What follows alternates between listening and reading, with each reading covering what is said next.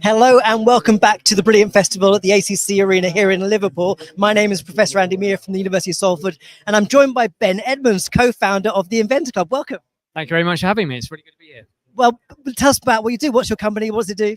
Cool. So I run Inventor Club. We teach children problem solving, engineering, innovation, failing forwards, embracing failure. It's all about mindset. And we do that through physical making, building, creating, testing, and analyzing, stuff like that. Oh, fantastic. So failing is one of those things that's really challenging for students to come to terms with. I think they're always encouraged to succeed, and if they fail, it's a bad thing. So you flip that. Absolutely. Innovation doesn't happen if you're not failing, right? If you're at the very edge of your learning, that's where you're learning new stuff. And if you take failure away from being, I got it wrong, to it failed, that's interesting. I wonder what happened. That's curious. Let's dig into that. Let's find some opportunities in that failure to be able to do something amazing with. So we've got lots of schools, colleges, universities here. Where do you fit into that nexus of education institutions? Yeah, it's an interesting bit because I've spent 20 years in industry. So I'm not a teacher, but luckily my business partner is a teacher, so he knows all the special words. And so we take the whole industry side of stuff and the education side and put it together. So we work with schools and we go and work with senior leadership teams. We run our own kids club weekly down at the UTC in Swindon. We do stuff online. And we also then make kits and projects and stuff like that, which are coming soon. Fantastic. So you are working primarily with secondary age, or what primary? I say that I work with kids aged 7 to 70. So yeah, very much. I love primary because if you get in early enough, you don't lose them. If we start at secondary, you've already lost loads that would have loved that stuff. But yeah, so we do primary, secondary, further education colleges. I work with businesses and, everybody. I'm happy to work with anybody who wants to work with me.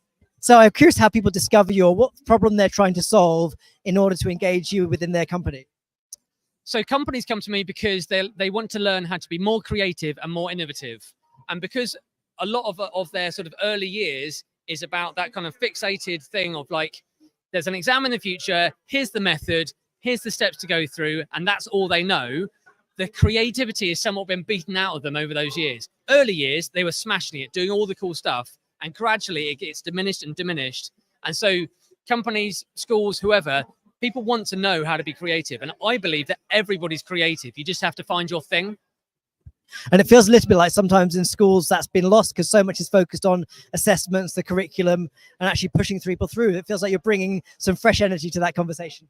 Yeah, trying to. It's a really tricky thing because it's all about the flipping timetable. We can't fit anything else in. I'm like, how about you take your timetable and look at it this way and look through a problem to solve, and how do you attack that problem through all those different lenses? I love problem-based learning because I think it's just the best way to do it. What's the problem you're trying to solve? And let's address it with the maths and the English and the geography and the history and all those different bits from all those different elements. It's way better. I mean, that's quite a radical thing to go into a school and try to encourage. I imagine it's not easy, but have you found there's some really interesting examples where that's happened and been really fruitful? I find there's often a stark difference between private schools and state schools.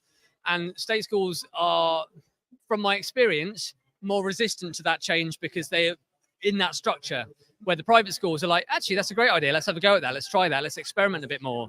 I would love it if we could relax a few more of the rules to be able to make this happen. I think it's fundamentally important. Our country changed the world many, many times over through all sorts of different innovations. And now we simply don't know how to make anything anymore. And if we do, it's only digital stuff. People don't know how to make anything physically with their hands anymore. And yet, if they go to a meeting and they have a chat about some stuff, they go, yes, we've definitely agreed on what we're talking about. 3 months later, they're like, what the hell is this? And you're like, well, you didn't draw any pictures. You didn't make any models. And you've all imagined in your head what the other person was. None of you are telepathic. So we need to get better at that sort of learning and that communication stuff. So it feels like this is an important time in the UK at the moment where we've got the curriculum review taking place in England at the moment. So I imagine you've got quite a few things to say about that. It's a moment in history, right? We could do something truly game-changing to level ourselves up and to create an innovation revolution for the future, or we could just do like a 1% change on what was already there, just stick a plaster over it. We need change. So what's the single thing you would want to change about the curriculum right now?